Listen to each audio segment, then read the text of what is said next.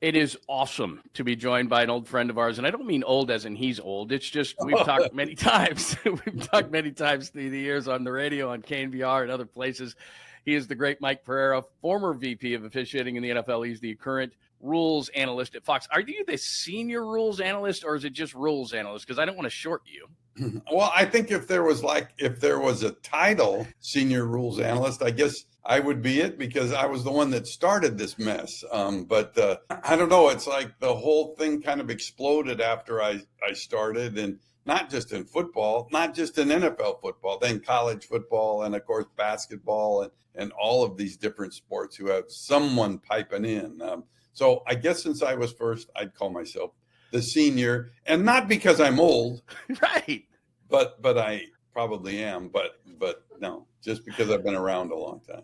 Okay, let's start there, because to my recollection, tell me if I'm wrong, and like I said, it's exploded. It's not just football, it's baseball, it's basketball. There's all these stoppages in play and all these things, and it's fine. They get it right, and that's what we want to do. Was it Vinny Testaverde and the Jets in Seattle and Dennis Erickson in Seattle get knocked out of the playoffs because they called that one wrong, or did it happen somewhere else? No, that's where it you could say that it happened before. You could say 86 to 91. They experimented with it, and then they brought it in, and there were no restrictions on the number of times that it could be stopped. And so there was a game in Dallas where an over exuberant replay official stopped the game 12 times. And they said, that's it. We're getting out of that. But we don't want this. The flow of the game was bad. Along came Testaverde in 1998 and right. At the playoffs. And Seattle, the coaching staff had been told if they didn't make the playoffs, then they would all be fired, Dennis Erickson and his crew. Well, at the end of the game, Testaverde sneaks, touchdown. Game ends, they lose, the Seahawks lose, they don't make the playoffs, they're all fired. And the thing is, it was a really good call on the field if it was the ball that broke the plane and not the helmet that broke the plane. The official got a little confused with the helmet and the ball. Seems like the shape to me are a little different between the two. You would think. But yeah, there was no mechanism to change it, and so, the very next day, it was like in New York, we're going, we got to do something about this. And then along came instant replay, really based from that one play. All right, take us through, then you're the guy. You started all this. You're on the field, and then they say, hey, Mike, we want you to go into the booth. How did that happen? Well, I mean, the thing is, from my standpoint, I had been with the league for 12 years at that point in the office. I was 2 years on the field, and I was such a bad official. They created this job for me in the office. And so I spent 12 years there, and then I wanted to come home. I mean, I wanted to go back to the West Coast. I kind of feel like if you're born and raised on the West Coast, even though you've been in the East Coast, you'll go back to the West. Same way, if you're born in the East, you'll end up going back to the East. And I wanted to come home where my parents were still alive. And so I decided to retire at the age of 60 at the NFL.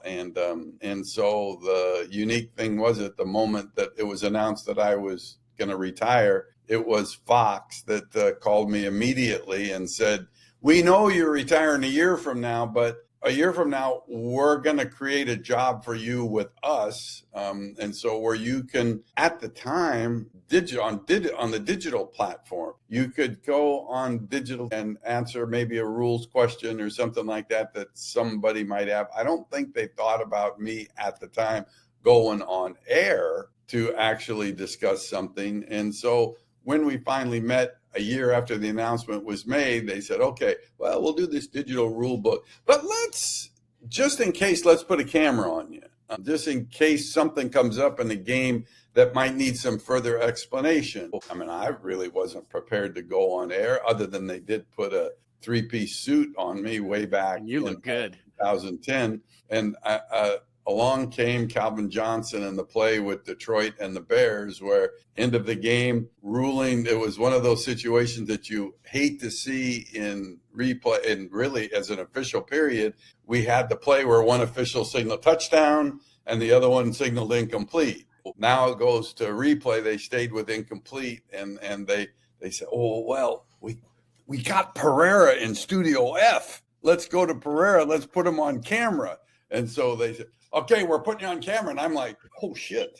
I'm like, oh, what am I gonna do? So you had no idea. They're just like right on the fly. You're on. Yeah. So I got Tom Brenneman and Brian Billick going, Mike, but here's the ruling. What are they gonna do? And then I'm like going, I don't know what to say in this situation. I go, well, the rule says that if you're going to the ground, you have to hold on to the ball when you hit the ground. And they go, well, yeah, but the knee is on the ground. Everything's on the ground. I mean, he got both feet down and the knee, and then the ball comes out. It has to be a touchdown. Well, I kept saying the rule is, I kept trying to go about the rule. And so then finally they got frustrated as 𝐬𝐮𝐬𝐜𝐫𝐿 was under the hood. And they said, well, what are they going to do? And now I was in a box. And so I just said, well, because of the rule, I think they'll leave it as an incomplete pass. And I remember Billick kind of in the background going, no way. And I'm like, oh, this is great. I'm going to be fired after. Yeah, because you're like a little league umpire, because that's the only thing I can relate it to. One side hates you, the other side hates you. You can't win, right?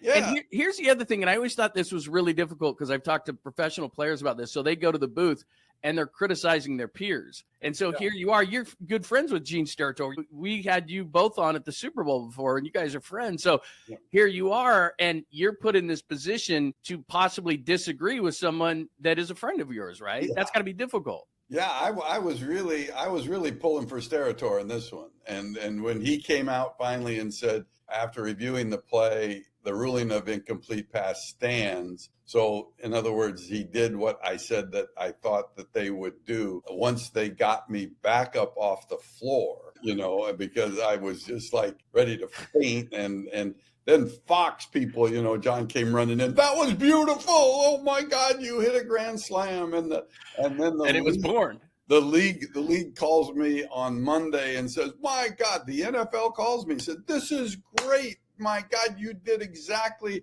what we wanted. You took the heat off the officials and you put it on the rule. And this is great, though. This is going to be great. And by the way, next week there was a pass interference call that I disagreed with. And then the NFL called me and said, you suck.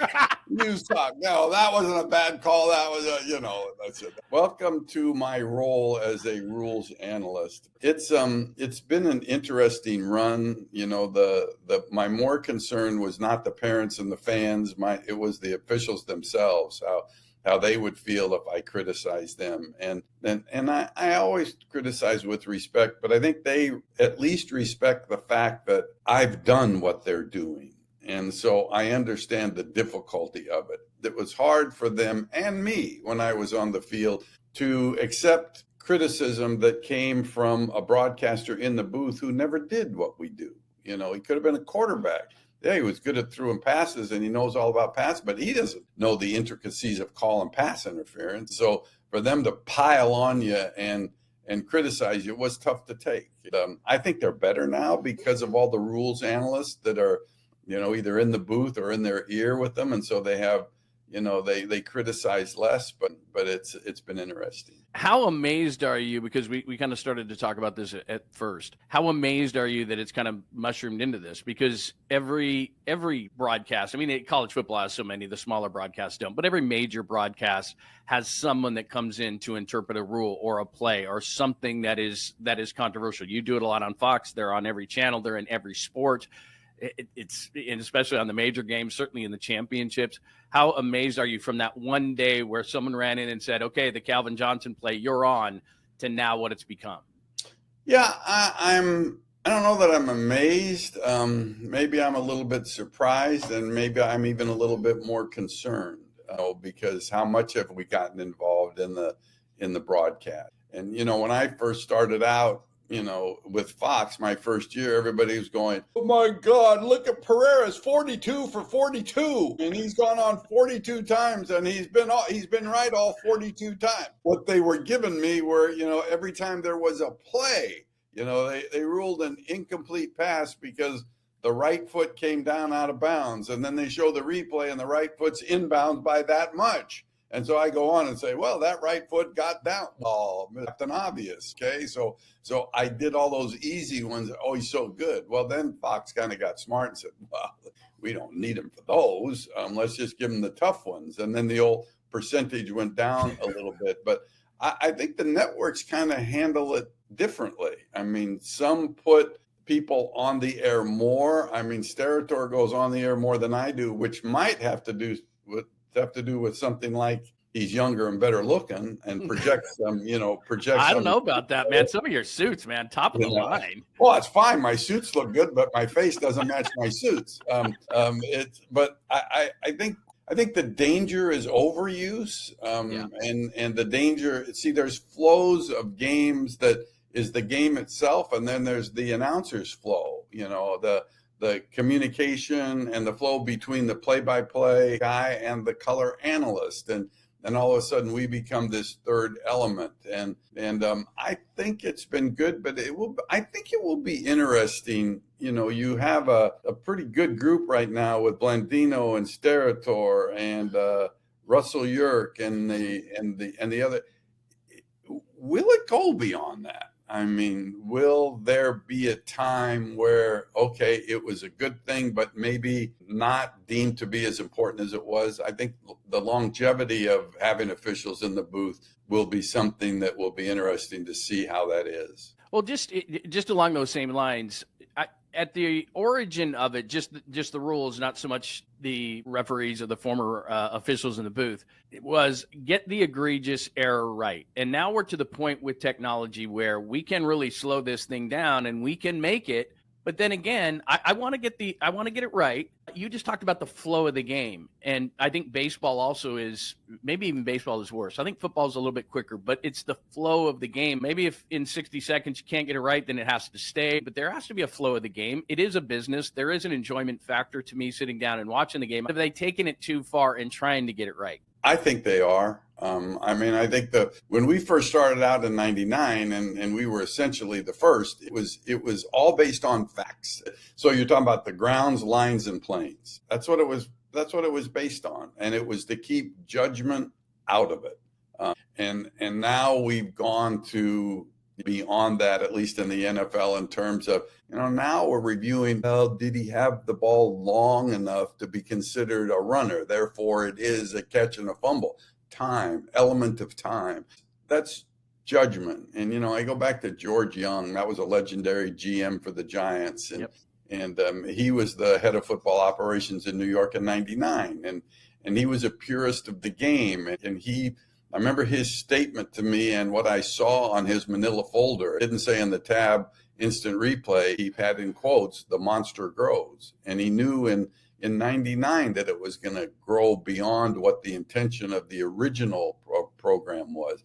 And he's right. And to me, it's gotten too technical. I mean, Mike Patrick, I remember that first year in '99, I remember him saying when an official, the old days, they used to go under the hood and spend hours under the hood. He said, look at the play, and if you run it the first time and you see that it's absolutely correct, change it. If you have to look at it for 2 minutes, for God's sakes, and run it back and forth in slow motion, that's not an egregious error. And we've gotten away from that, like you say. And I think baseball's even at this point a little bit worse. That technicality of the foot just coming off the bag on the slide and then the glove. I don't really think that was the intent, because if you never even stopped and show that, so therefore you're talking about the technology that's available now, nobody would ever say anything about it, and we would move on. But, the thing is, when something like instant replay and the NFL's expanding it now a little bit this year when it comes to hits to the head and face mask and all that stuff where they can pick up flags. When you start going up and adding more things, you're not coming back. Yeah. You're not coming back. So I think you have to be careful. And I do think they have gone a little too far. You just led me to something that you and I have talked about before a lot of seasons. Point of emphasis. You just talked about a point of emphasis. Can you expand on what you just talked about? And then are there more points of emphasis this year? Yeah, point of emphasis, and now they call them. I mean, in my day they call them a point of emphasis. Now I got to change it's a point of clarification. Oh, Now okay. they called it a major change. Okay, points of clarification. Yeah, really what it is taking an existing rule and putting more emphasis on the rule. Like this year, they're talking about not a lot. There's very few changes this year in the NFL, but one of them is the sportsmanship issue. And they feel like they've let it get too far away, and so they want to tighten it back up. And they talk about, if you make a play, you can't stand over a player and taunt them. Well, you never could in the first place, but they let it go too far, and there was too much of that. They get violent acts, unsportsmanlike acts. They loosened up on that to let you do things that you can use props. You can go to the ground and do things, celebrate on the ground and do push-ups, and the team can all get together and do their thing. They all let that go, which, although I was the president of the No Fun League back in my days, I guess it's okay. But the violent acts, no, the shooting of a gun, the brandishing a weapon, showing like you're brandishing a weapon in your waistline, those they're going to tighten up. But, and they always, of course, who you want to protect. You want to protect the quarterback. Yep. So the hits on the quarterback are always a point of clarification. Okay. We got that but clear. Otherwise, it's a pretty lean year when it comes to changes and clarifications. I know you're going to be in the studio a little bit more this year, but you worked with the first team last year with Kevin Burkhardt and Tom and Aaron. I'm not asking you to grade Tom or anything but what was he like when you were around him, and what a tough assignment, because he's such a great guy, was such a great player, but you're being asked to be on the first team. You're being asked to call the Super Bowl. And I thought by the time he was done, he was really shining by the end of the year. But what was that whole thing like for you to be on that team with Tom? It was like amazing for me, because they had said that they wanted somebody with Brady all the time. So it had to be me, or it had to be Blandino. And I remember that, we first started out doing UFL games. So we would go to Detroit, for example, I think was our first game that we went to, and we set it up to where it was like a regular broadcast, Burkhardt and Brady and me standing next to Tom. And so they of course recorded the whole thing. It was never on air, but I kind of went through the evolution of Tom Brady as a color analyst, because that first game, all I really heard from him was, "Oh," and I'm thinking to myself, okay, no, Tom, I think when you're trying to emphasize the fact that the tight end's open down the middle, the fan's not going to know what that really means. But his energy level was like so incredible that he was playing quarterback. He wasn't playing color analyst. He was seeing it, yeah. Yeah, and then, of course, through all of their preparation prior to the start of the season, with Kevin Burkhardt doing games in the studios in L.A. and which is never really a true sense of how a game is when you're looking at a TV screen watching it. But through all of that, then I think he transitioned to being a little bit over-prepared in my mind. He would, which is so admirable, but he would come in to the broadcast booth and with 385 index cards, things that he wanted to cover during the course of the game. And it felt like it was more that the reaction was a memory type reaction, and not just an automatic spontaneous reaction. And then he kind of more got through that and things became spontaneous. And so I in my mind, for the critics, I would have rather seen the critics kind of compare him from week one to the Super Bowl to see how far he came in 1 year with never have done it, doing it before. I mean, I remember Troy, where did Troy get his start? In NFL Europe. He went over to NFL Europe and did practice games, essentially, although they were on camera and live in some cases. He had all those games from NFL Europe, had a 3-man booth that he went through. Tom, he got thrown right into the 2-man booth and was expected to be as good as John Madden. I just have nothing but respect for him, because not only does he prepare so much and put so much into this with so many things that he has going on in his life.